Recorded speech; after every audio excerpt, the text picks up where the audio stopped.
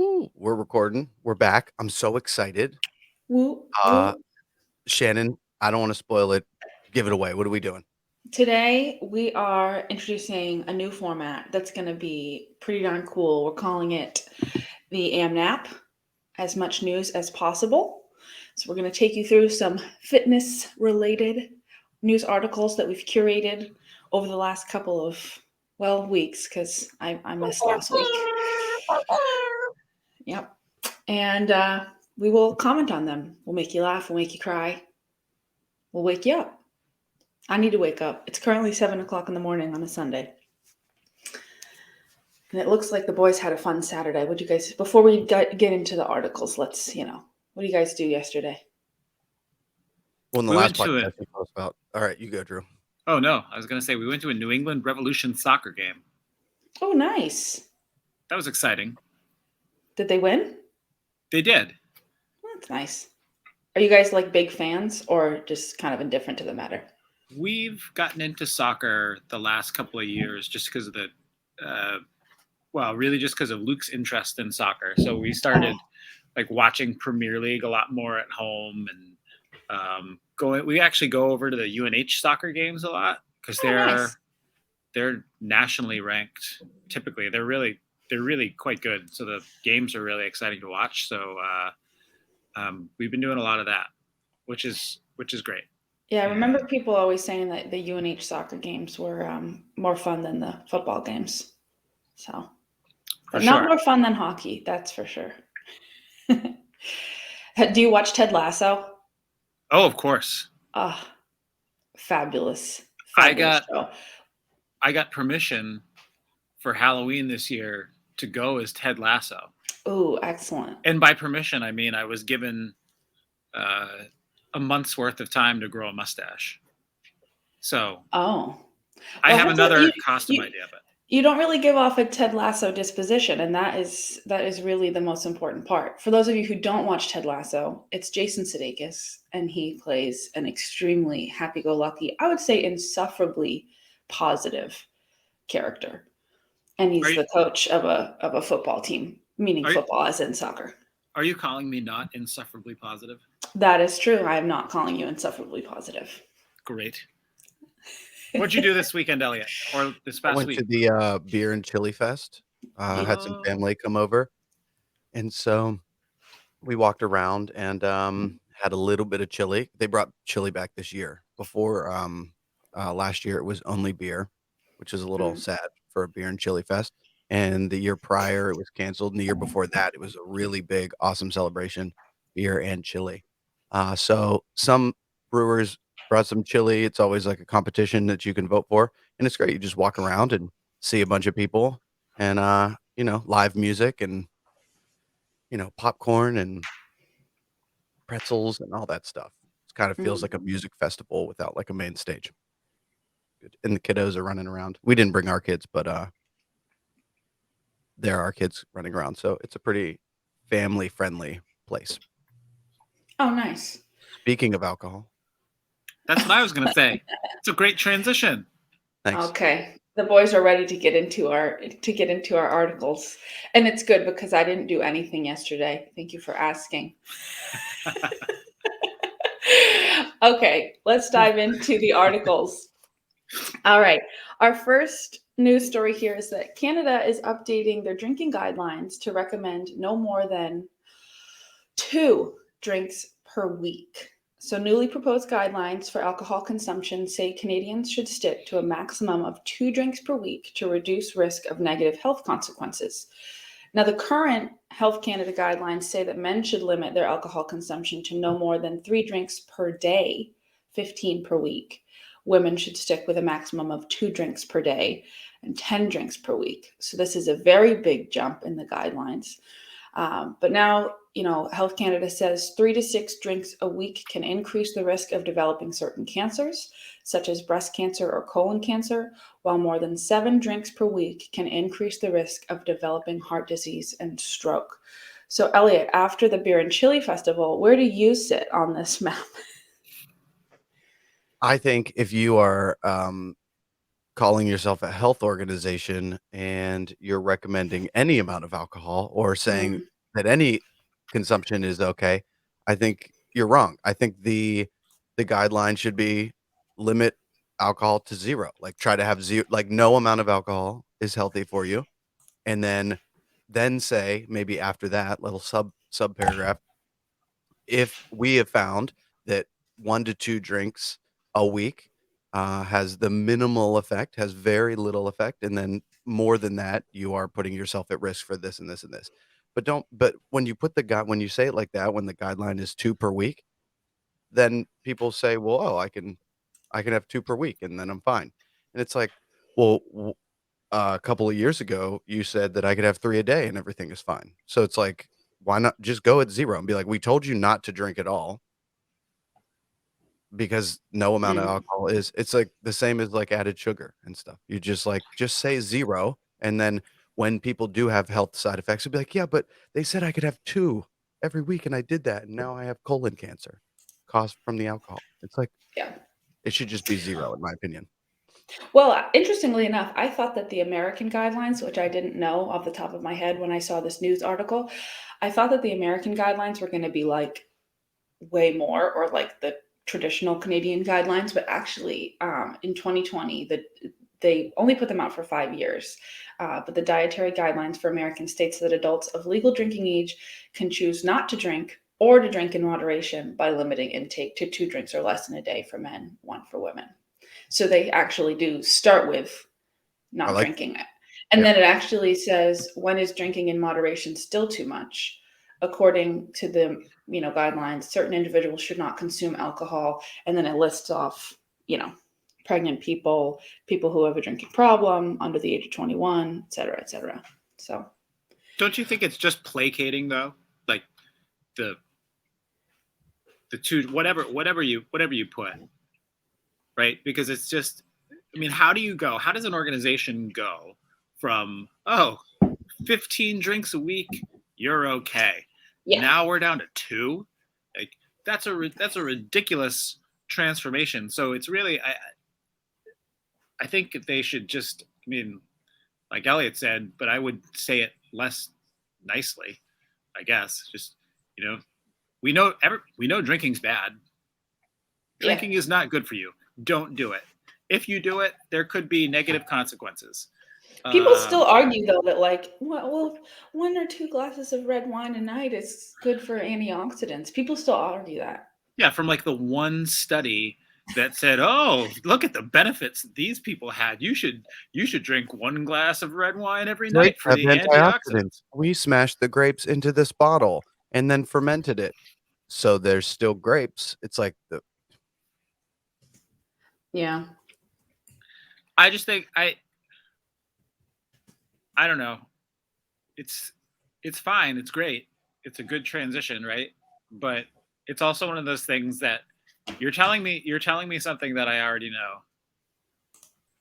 So Well, I mean, people still drink a boatload though. Like, that's true. despite these that's fine. guidelines. So I'm just That's, like, reading their these choice. guidelines and being like, what does it matter?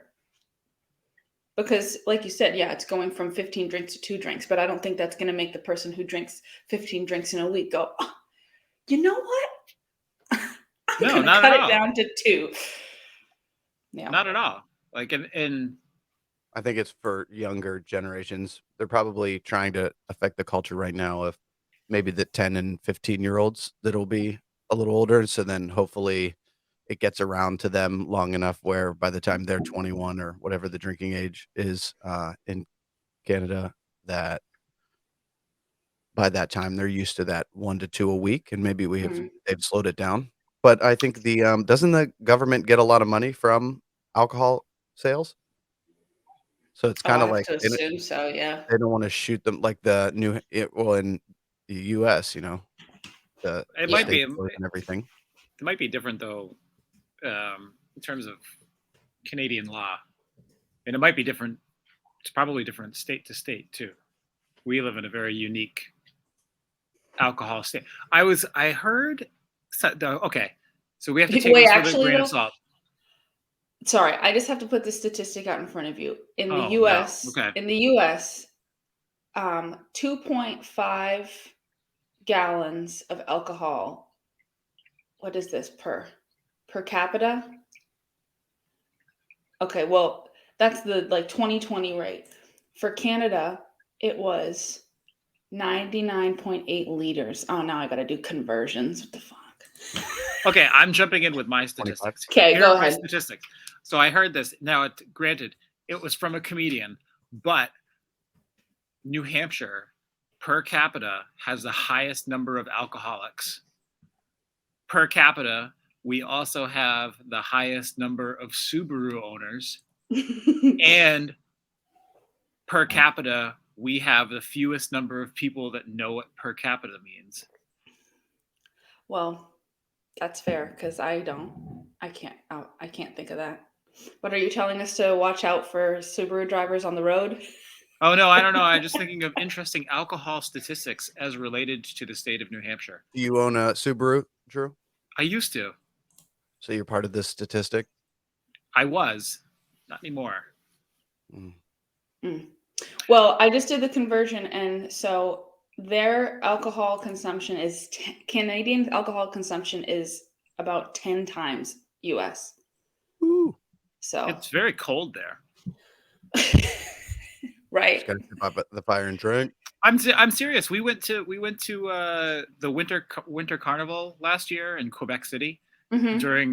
during the first week of February. Yeah. And when we would wake up in the morning, it would be 20 degrees below zero.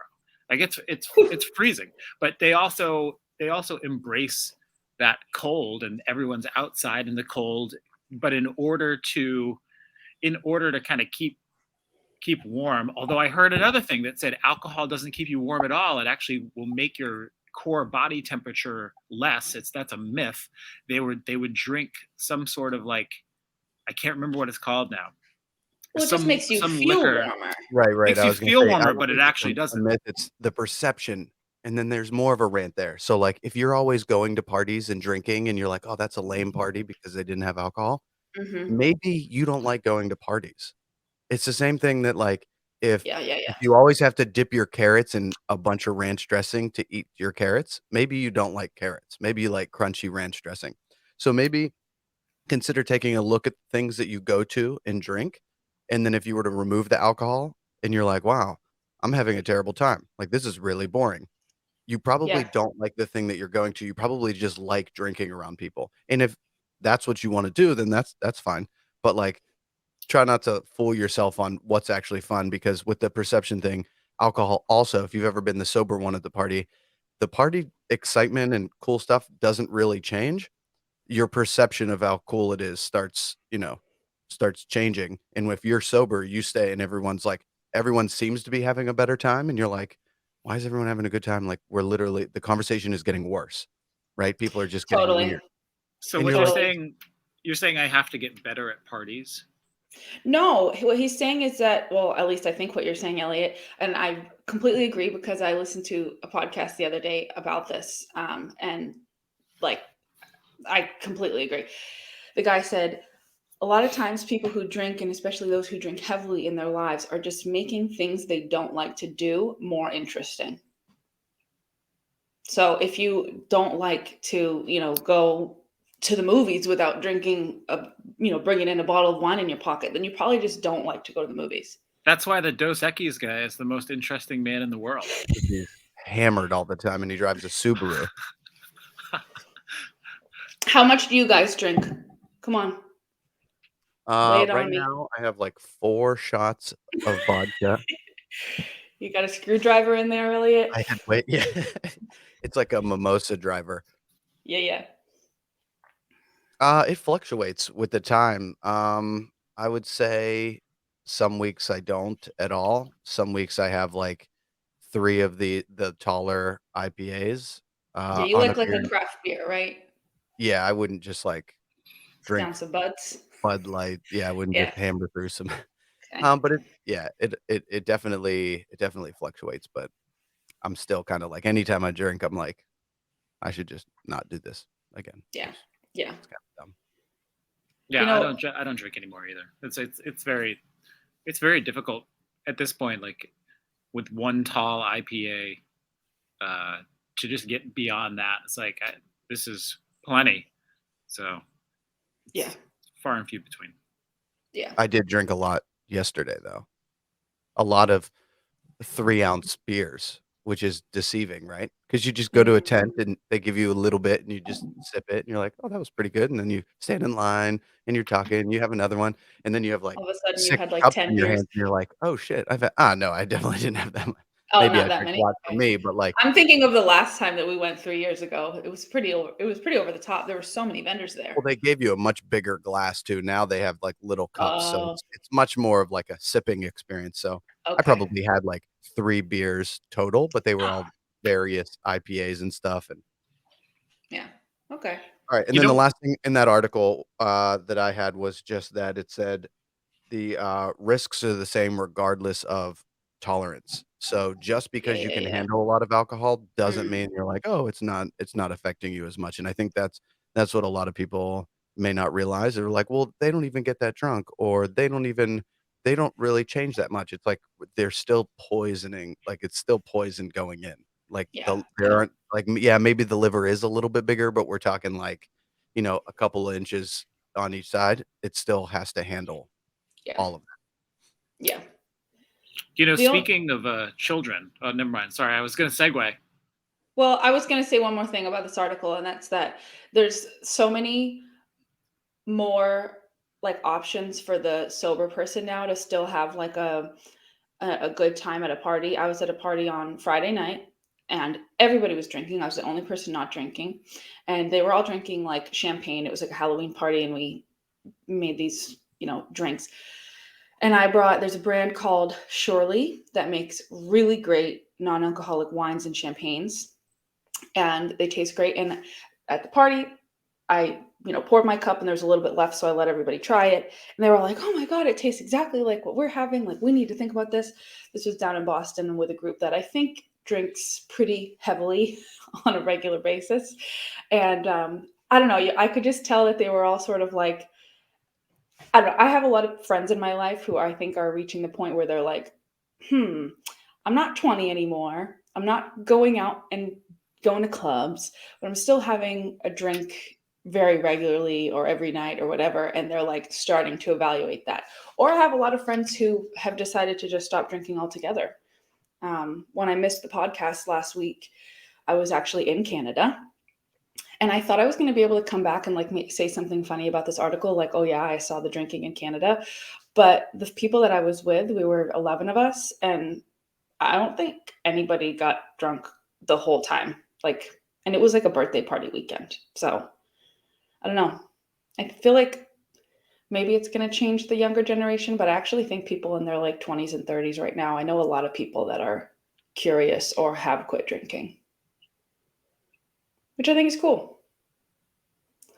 Okay. Speaking of the younger generation, let's Oh, talk about nice, nicotine Drew. gummies. Great Thank you. great segue. All right. So, next article. The FDA is calling nicotine gummy products a public health crisis.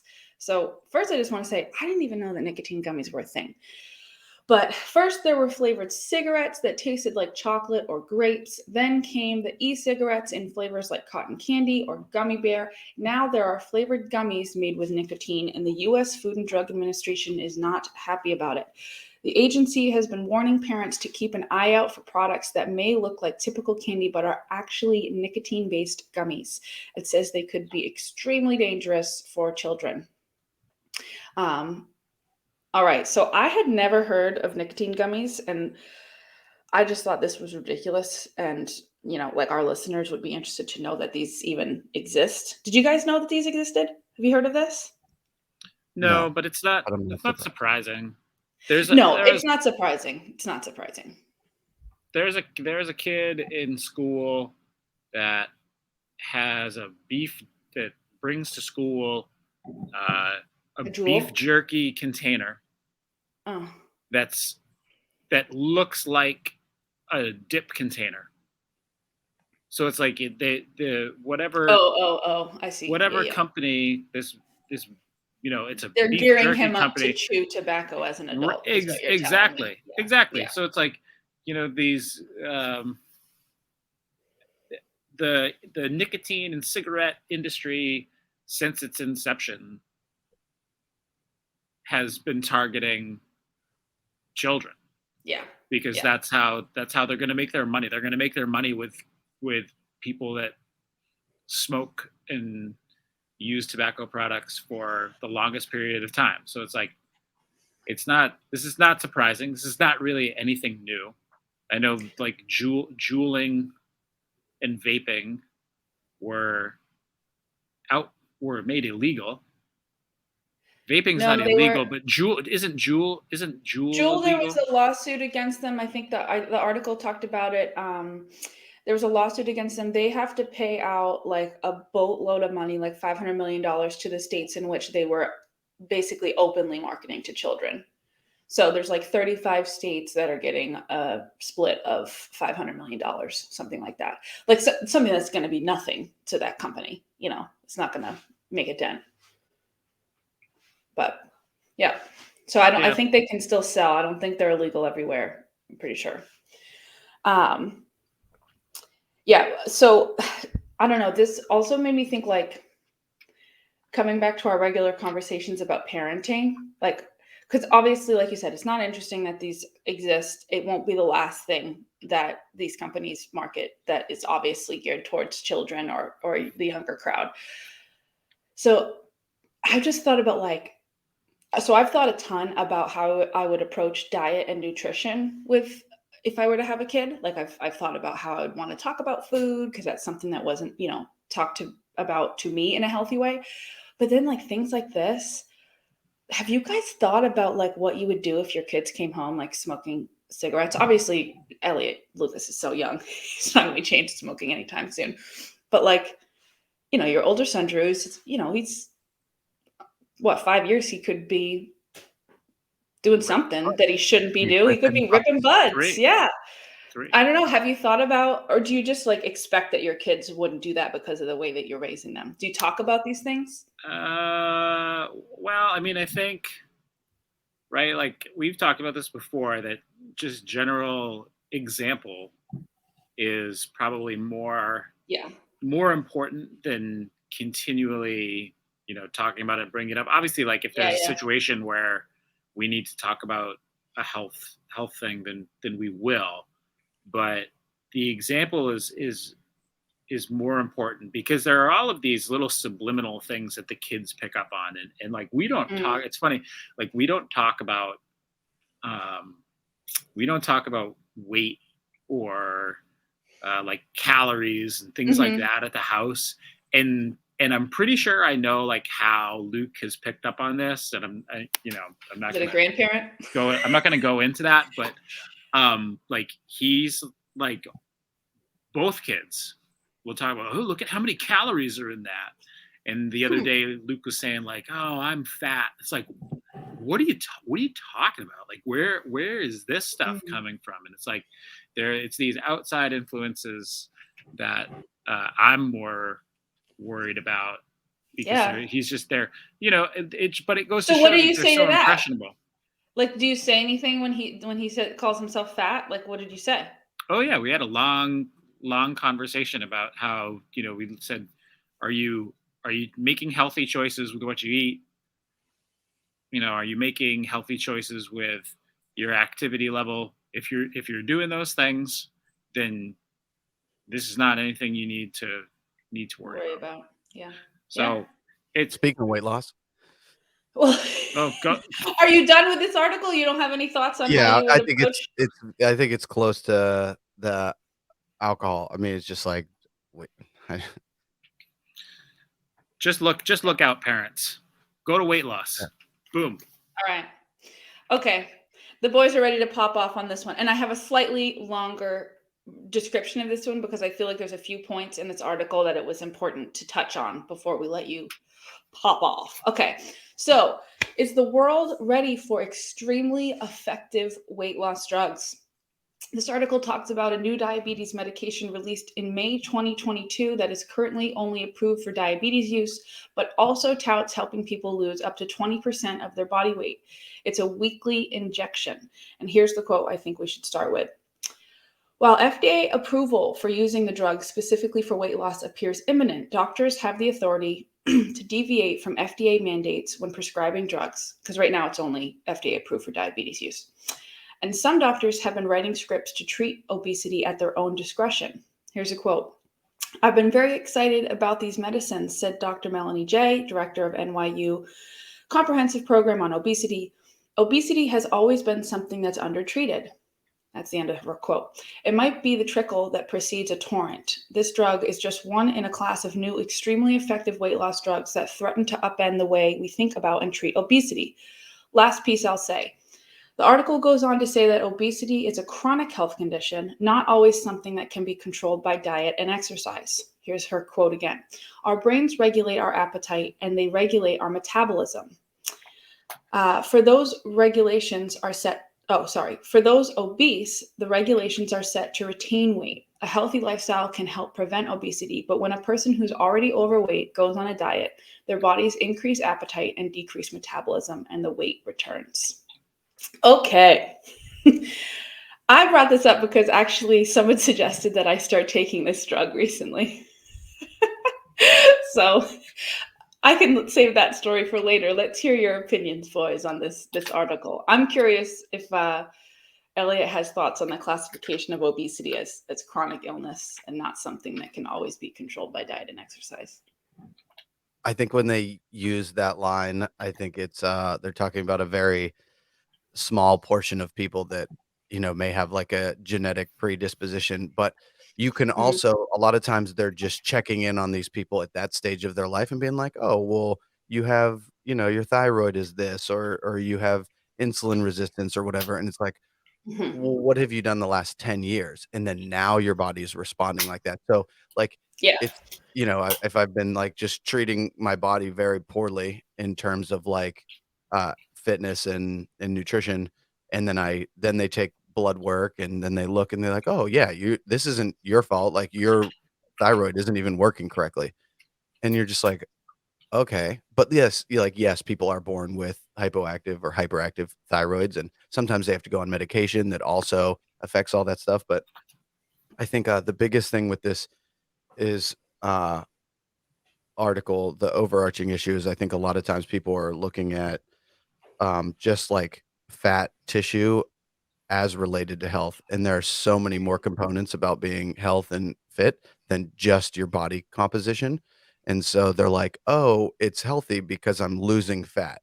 And I don't think that's necessarily true at all. Just like you don't have to be like, 3% body fat to be healthy, because you can be very unhealthy at 3, 5, 7, 10% Yeah, body yeah. fat. I think, there's a lot of brain and bone health that goes along with diet and exercise, and when they just go like, "Oh, I'm 200 pounds overweight, and now I'm taking this drug, and then now I'm back down to, like, a whatever normal weight or whatever their doctor wants to get in," and then they go, "Okay, now I'm living a healthier lifestyle." I don't Yeah, yeah. I don't agree with that. I think you're like, yes, it is good that you lost that fat. It's probably better on your joints and stuff, but, like, just because someone has fat tissue or doesn't, that's I feel like that's one of the, like, the smallest indicators of health.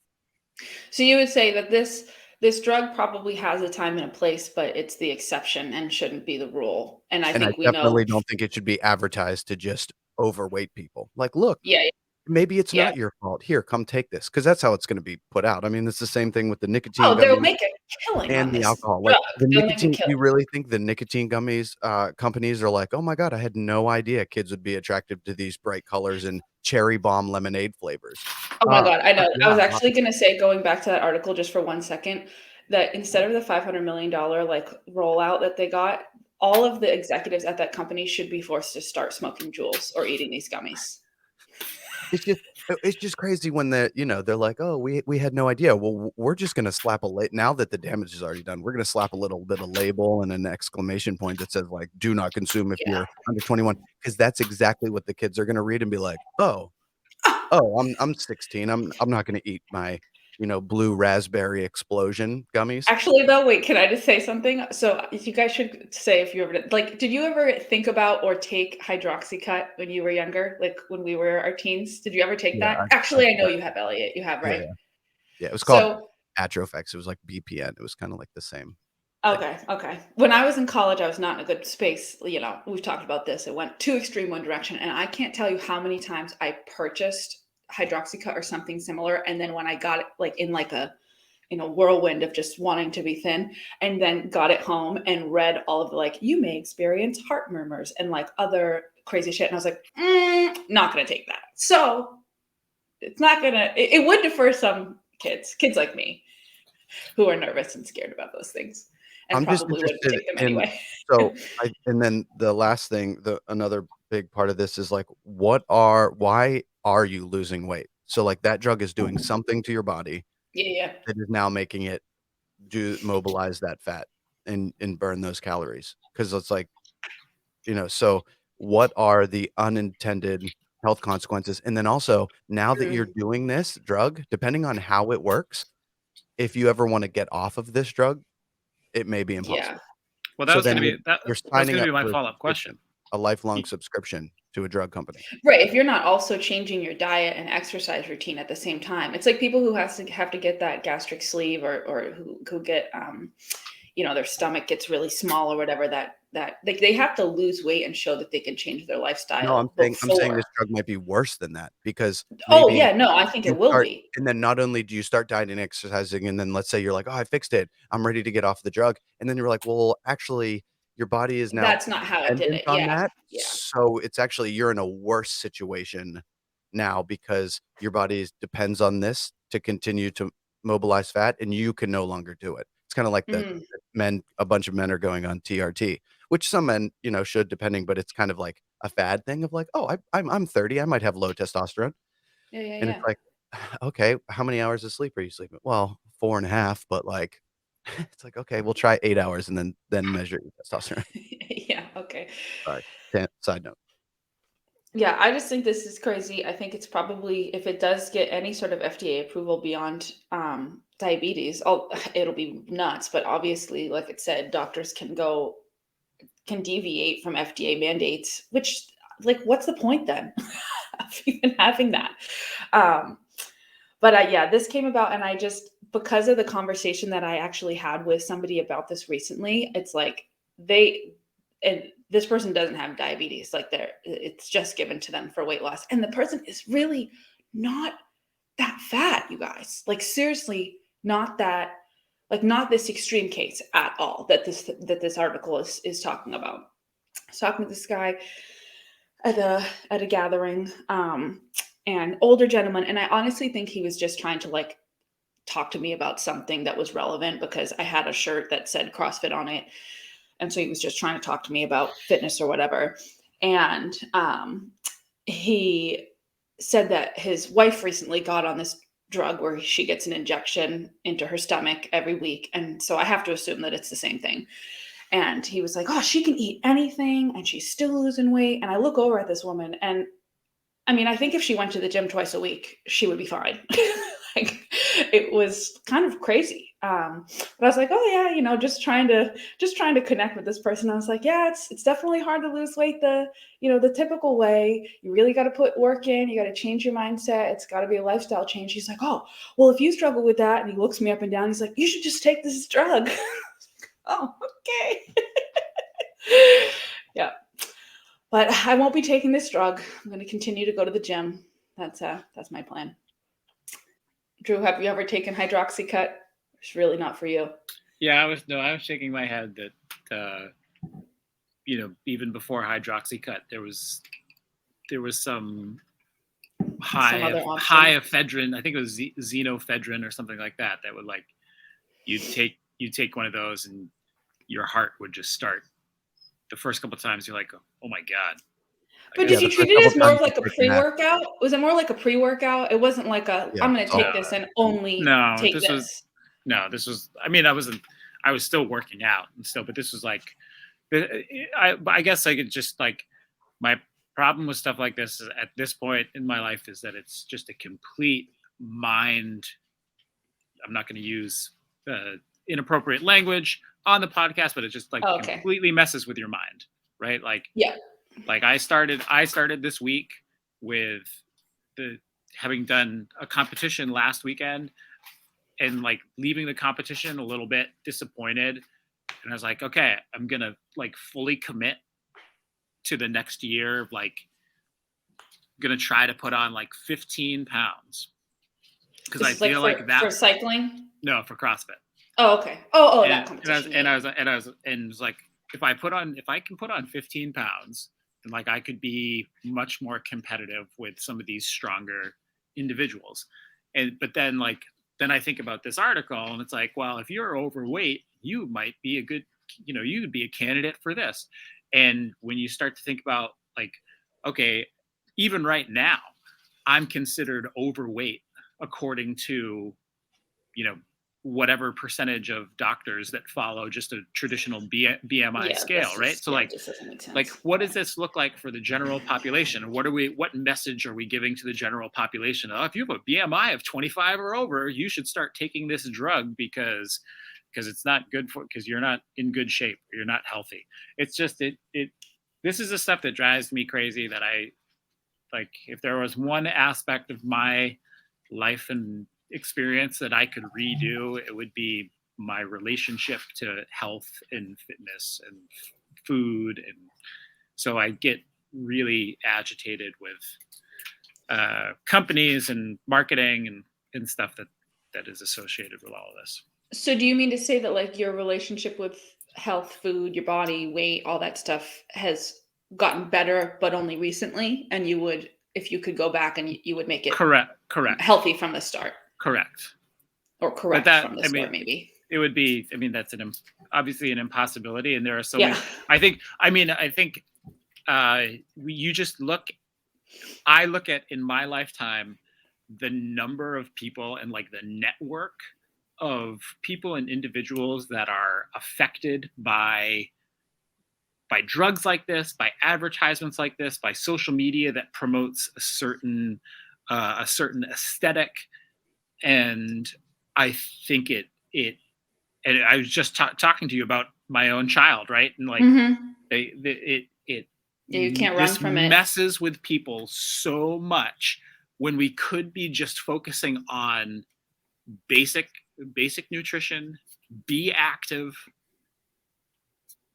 and have fun with being active. There are so many things that you can do, and instead we focus on what is it going to take for me to be skinny or to not have any fat on my body. It's like it's wild, and it irritates me to no end. Well, Drew, maybe next time a message that you could share if you circle back around with this with either one of your kids.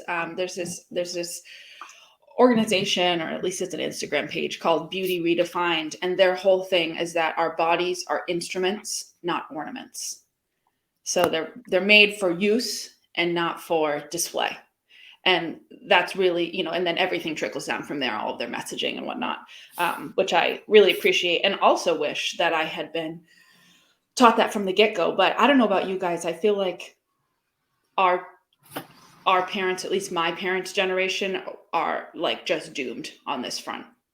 Like my whole family, all of my aunts, uncles, even my siblings, unfortunately, they've just been like permeated by diet culture and, the obsession with being thin and weight loss being it, I had one role model growing up, my Uncle Stevie. He always lifted. I mean, he was like so big and muscular compared to everyone else in my family, like who is not. Everyone else is either overweight or just like, skinny, normal. But he was like, he'd work out all the time. You would see him going like running down West Side Road in North Conway, which is like, miles long and miles away from the house. I remember I was driving home from college once and I'm like, oh, that's my Uncle Stevie, like running down these farm roads. I stopped and, he's like, oh yeah, just out on a quick 15 miler, just out there. And he's also like 250 pounds of muscle. Like he's just huge. And my family used to berate him about, oh, he's on steroids, he's crazy, he's got roid rage. Like they would just be so anti his whole lifestyle, but From the I always looked creatine. up to him. Oh yeah, from the creatine and the they'd see him taking protein powder. Like he took protein powder before there was any good flavors, It'll make you angry, yeah. right. And he's just having a protein shake going downstairs to do some bench presses, and my family's like, he's ignoring his family because he only loves muscles. Like, just crazy town. Of course, now his kids, they're haven't seen him in a while, but I know his son was always, into lifting with him and everything too. So he's, trying to shake the generational trauma that I'm sure he has from that. But yeah, I mean, I only had that one role model and he was somewhat removed, but he did always inspire me, thankfully. So What are hold on to Stevie's that. What are Stevie's thoughts about cosmetic surgery? Yeah, why didn't he just have plastic surgery and implants to make himself bigger, look bigger? No, I can't imagine Stevie's opinions on plastic surgery are all that great. But let's talk about ours, because in this next article, we have why demand for cosmetic surgery is booming in the post-pandemic world. In the wake of the pandemic, the rise of Zoom has changed everything from the power dynamics of work meetings to how likely we are to multitask while chatting with colleagues. A new report suggests the prevalence of video conferencing may also be linked to an uptick of interest in plastic surgery in the US over the last 18 months. And the long story short on this article is that American plastic surgeons are it's like almost 75% of plastic surgeons across the country are reporting increased business this year. Popular procedures are liposuction, followed by facelifts, breast augmentation, tummy tucks, and breast lifts. So probably a lot of females, I have to imagine. But let's talk about this. Do you guys have general thoughts on cosmetic or plastic surgery? And do you have general thoughts on what you see here? Because I look at this all day long. This is my Zoom location. This is my office. I'm on this camera like 8 hours a day, 5 days a week. And I was actually thinking about this before I saw this article. I look at myself, like I'm looking at my face so much more than I ever have before. So this article really didn't surprise me. What do you guys' opinion on plastic surgery, cosmetic surgery in general? Do you have one? I think it's weird. Okay. Well, I mean, I get it. I get it.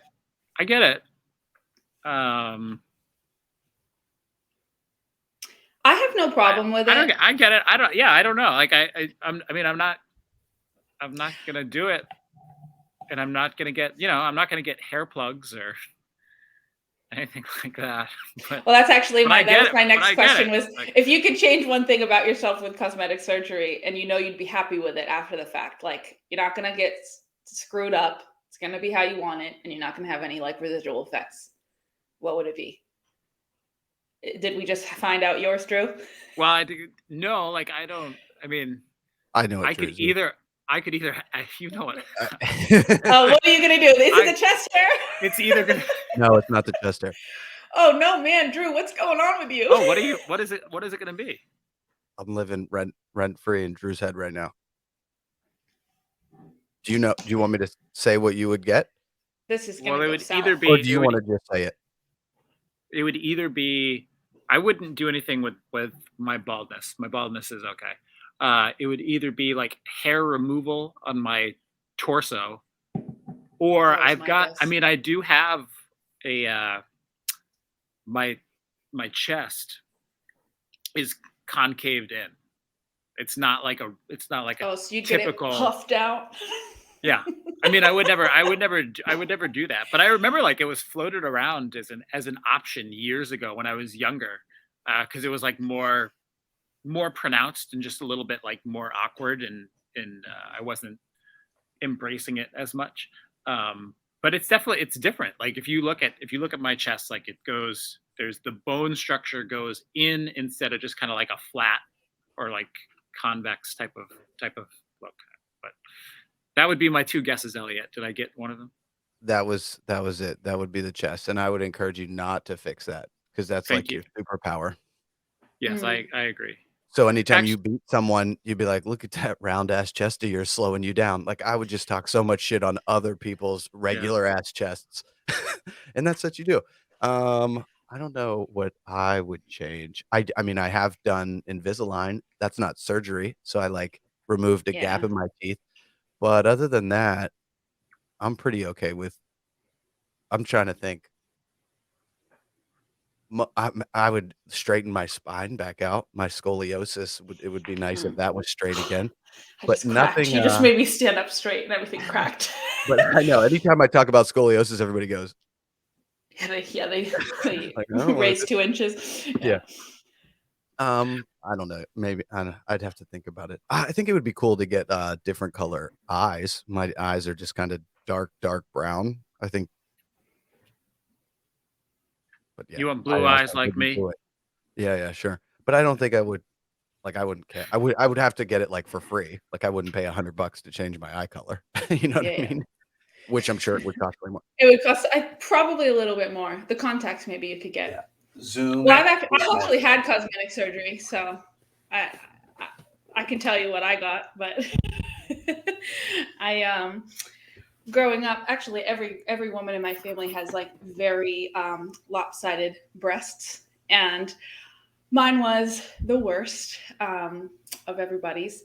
I was actually I got the nickname Biggie Smalls in middle school.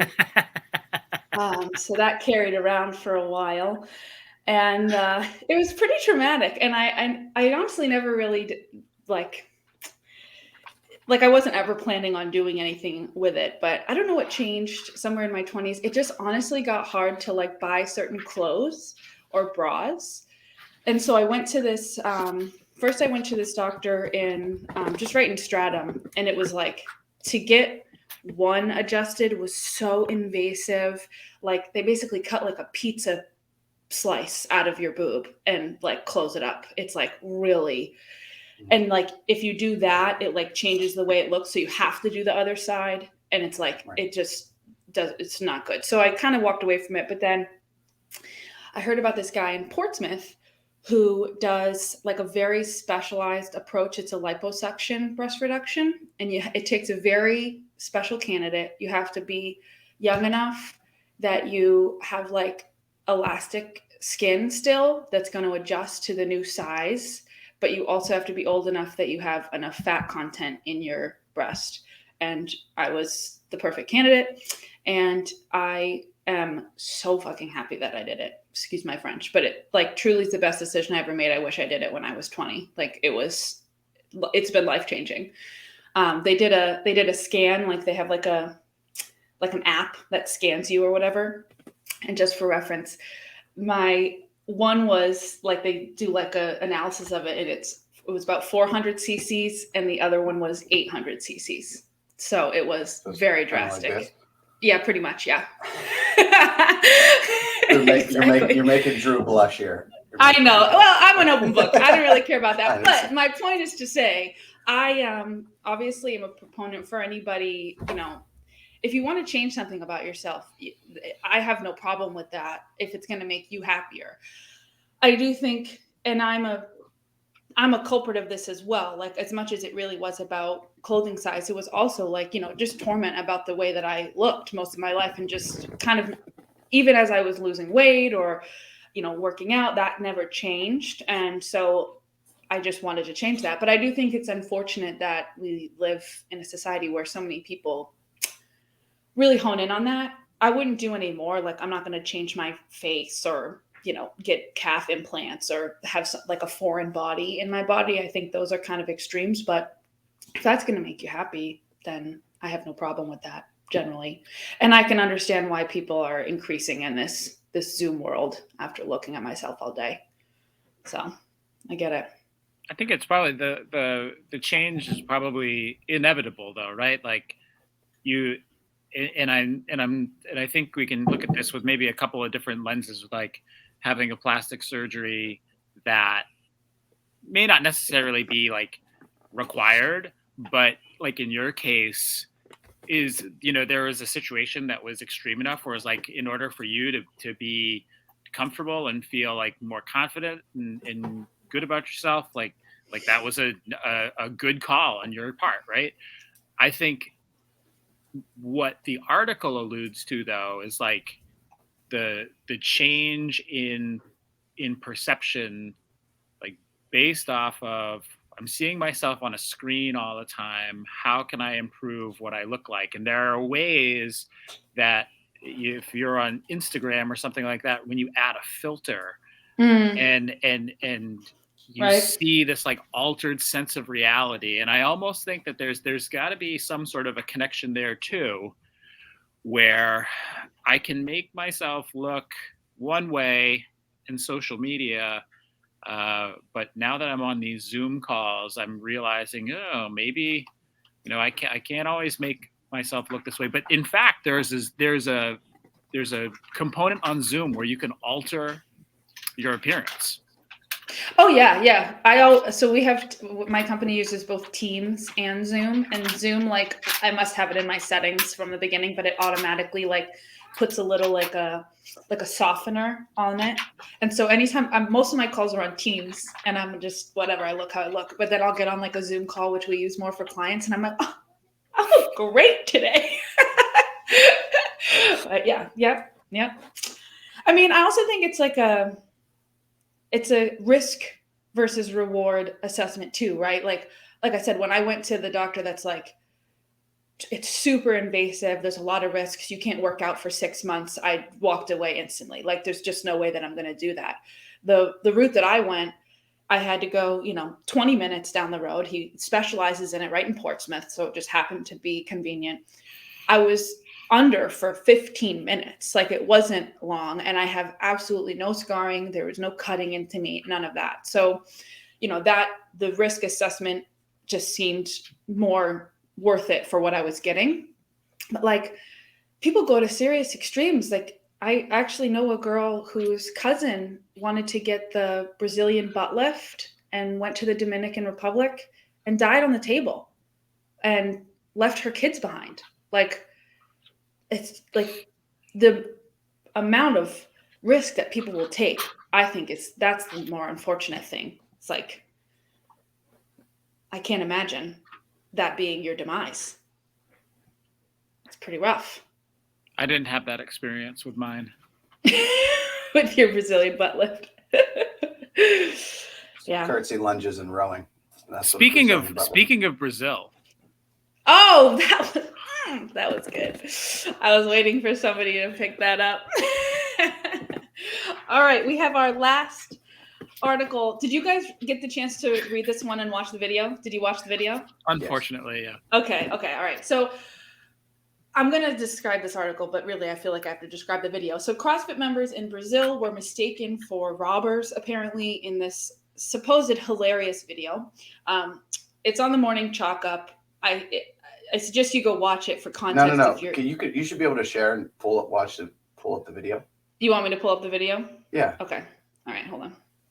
And then just to give for the people watching, it's just way better in context. Describing it, it's pretty easy to imagine, but it's always good to just rock the video and we got it.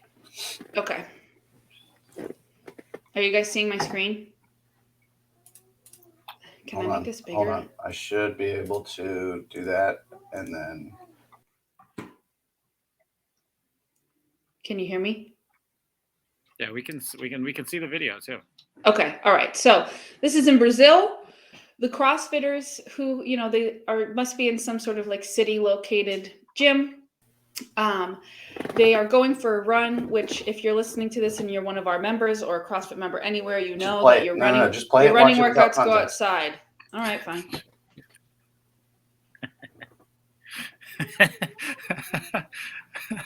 Look at something. I love it. Look at this. This is a really good example of what happened during the pandemic. Can you play it again? Oh, this would make a great commercial for whatever gym that is in Brazil to get people to join their gym. Like, look at how many people are joining CrossFit. From chronic illness. No, so I showed this video to Christy and I with no context, and I said, "What is happening?" And she just watched, and she's like, "It looks like there's like a big ass tsunami about to hit or something," or like, she's waiting for like bulls to barrel through. So I showed it again, and I go, watch like the first like 2 people that start running. And she goes, well, one guy runs by in like a sleeveless shirt. And she goes, well, it looks like that guy does CrossFit. And I'm like, it's a CrossFit class running down the street around the block. And she's like, oh my God. And everybody's bailing. Look at this guy in the bottom corner, just like being like, He's good looking. He got knocked over. Like, should I go? All right, we're going to go. What's happening? I just want to know, like, hey, why are you running? I want to know what was going through this table's head. This woman right here. She lost her mind and she started it. But the guy fear does a lot of craziness to people. The guy in the bottom corner looked like they were done with dinner. Look at that. He's got his and hand. Maybe just got up. Is his hand on the bill? His hand was on the bill. He took his card. No, that's a plate. Didn't pay, yeah. I think he didn't pay. And he stole someone's purse, or that was the person he was sitting with. It would be interesting to evaluate if you could zoom in on every table and try to gauge their, like, what were the individual choices that they made in that situation. That would be fascinating psychologically. Yeah, I mean, apparently the reasons are unknown, but people were saying they thought that they were robbers, which I'm like, then why are you running away? I don't know. It doesn't. The really robbers, track. the robbers thing is weird. Like I would have thought, like, oh, tsunami's a good one. Wild animal. I mean, like gunman, person with a gun or a knife. In and out these days, yeah. But I don't. It's funny. The article to me was like in hilarious video. I'm like, I think it should be like in culturally telling, sad. Yeah, I don't think it was hilarious. I thought it was like, this is depressing. This is a terrible response. Yeah. It's just crazy to see people going out for a run that they have to be running from something. Actually, that's what Michael, anytime we go by a runner on the road, Michael always goes, I wonder what they're running from. Chronic disease. Yeah. I'm sure you guys have heard of the study where they have a subject in a room and then they put one other person, like a paid actor, in the room, and there's 2 lines. One is clearly longer than the other. And they just say, they ask, which line, A or B, which line is longer? And they test everybody, and one person in the room says the correct answer for a while, and then the actor is supposed to start picking the wrong one all of a sudden. And it's just like, but when there's only one other person in the room, the other people just politely are like, oh, this person's stupid. I'm just going to be able to pick the right one. But they said the more people you add to the room, the more likely you are. So if you're standing in a room and I say, okay, there's a line this long and there's a line this long. This one's B, this one's A. And 30 people in the room say, this is the longer line. And you look at this, you're like, culturally really feel weird to be like, no, it's B. Because they like go in a line, right? So it's like inside you're the 10th person, it's like A, A, A, A. And you're like, A? And like, yeah, good. And you're like, and you always like to think you'd be that person that's like, you guys are crazy. It's B. But then like actually put in that situation, most people clearly aren't. And most people aren't like that stupid. It's just, like you said, that you societal fall victim. I think Drew would do it. He would be that person that would just pick the wrong answer. Could be true. No, I think Drew. I think we're actually. I know myself. I probably would be like, yeah, it's A. I agree. Yeah. I was gonna say we're a bunch of nonconformists, but that's not true at all. I'm a people pleaser. But I don't know. I think the two of you would probably go, y'all are crazy. It's B. No, I know myself. I would just stand in the back and not say anything. I see. Like I just look at these people and be like, what the hell is wrong with all of you? And have all of these internal mechanisms going, but I wouldn't actually say anything. That's you know where they beat that into you? Did you ever do that thing in class, like in elementary school, where it'd be like everybody stands in the middle of the room and they'd be like, if you think this, go on this side of the room. If you think this, go on this side of the room. Like, did you ever do that? 4 corners, yeah. Okay. It's got a name. It didn't have a name when I was doing it, but like you'd always be like, there'd be the kids that are like waiting to see where like their friends went or whatever. Like having free thought is, I don't know, is hard if you're starting at that age. Try doing that in middle school. It's hilarious. I remember like to introduce that. The only thing I remember about that, to introduce that, like the concept, it was like, okay, if you have blonde hair, go over to this side, and you have brown hair, go to this side. And it was just me standing in the middle. And my teacher was like, go to the blonde side. Okay. Yeah. Body dysmorphia, check. One more tick in the box. Yeah. I never dyed my hair. I once went to dye my hair brown because I was sick of being made fun of it. And because I was made fun of. I was actually pretty made fun of. I know you find this very surprising. But my hairdresser refused to do it. She wouldn't do it. To this day, thank you very much, Ashley Snow. You are a queen. And I'm very thankful that you didn't dye my hair brown. Because it's never the same after you fully dye your hair. It's just not. So. Maybe if people tune in to the next episode, I'll dig up a picture of when I dyed my hair platinum blonde. Ooh. I also went. Well, I could probably find where we frosted the tips, but it was just all of it went blonde because like the little tops thing. Yeah, we could try to find those pictures. I do have mine turned orange. I want to see it. Gotta open up. All right. Gym. Well, if you liked this episode format, the AMNAP, as much news as possible, please sound off in the comments. Let us know. Send us news articles if you want us to talk about something. I think you'll see this format again.